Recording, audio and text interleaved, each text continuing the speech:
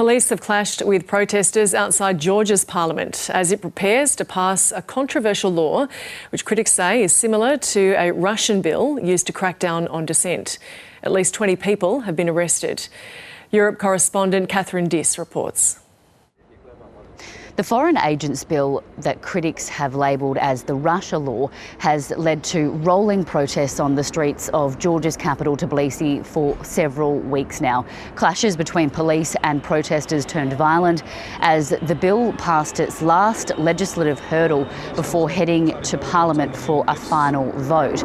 The reason why this law is so controversial is because opponents say that it is similar to a law that Moscow passed in 2012, which was aimed at cracking down on Kremlin critics and also free expression. It would require companies who receive 20% of their funding from an overseas company to register as agents of foreign influence or face hefty fines.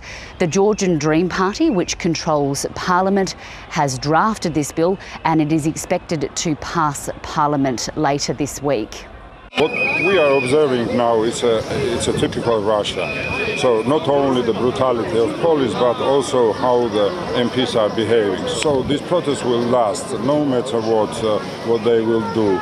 It's caused a rift between the Prime Minister and the President, who has labelled the bill an exact duplicate of its Russian counterpart. Dispute over the bill has come to be seen as key as to whether Georgia, which has traditionally had warm relations with the West, continues to push for European Union and NATO membership, or instead builds closer ties with Russia. This is not good for our European future, which is our dream. And that's all we want to say about it.